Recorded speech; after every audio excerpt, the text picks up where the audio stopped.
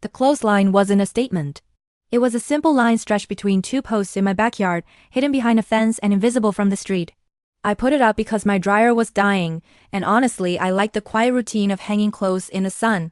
For about 2 weeks, everything was fine. Then a violation notice appeared in my mailbox. The HOA claimed I had installed an unsightly laundry apparatus that violated community standards. I was told to remove it within 5 days or start paying daily fines. I remember standing in the kitchen with that letter, feeling more confused than angry. The clothesline wasn't visible, it wasn't permanent. And it definitely wasn't hurting anyone. I emailed the board calmly and explained that the line was in my backyard, behind a fence, and not visible from common areas. Their reply came back the next morning and ignored all of that. Clotheslines are prohibited regardless of visibility. That certainty didn't sit well with me. So I started reading. The HOA rules mentioned clotheslines once, buried in a list of outdated restrictions written years ago. But when I checked state resources, I found something much more current, a right to dry law. Homeowners were legally allowed to dry clothes outdoors, and HOAs were prohibited from banning it outright. They could set reasonable guidelines but not a blanket prohibition. Mine was exactly the kind of setup the law protected. I took photos of the fence line, documented visibility from every angle, and printed the statute. Then I paid closer attention to the neighborhood. I noticed retractable lines tucked behind patios. A folding drying rack on a balcony. Apparently, I wasn't the only one doing this quietly.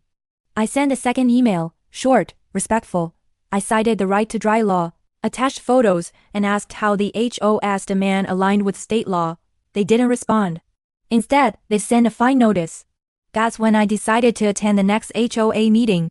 When my turn came, I didn't talk about saving money or environmental benefits. I kept it simple. I explained where the clothesline was, showed the photos, and handed out copies of the statute. Then I asked one question. Can the board explain how a total ban is enforceable under state law? No one answered right away.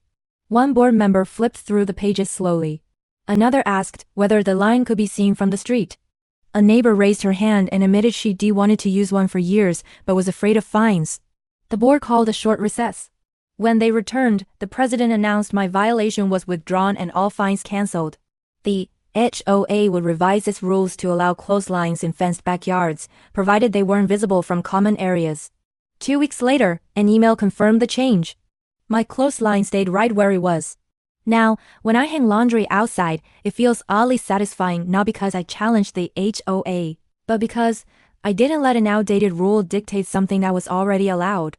Sometimes progress starts with a quiet lying in the sun.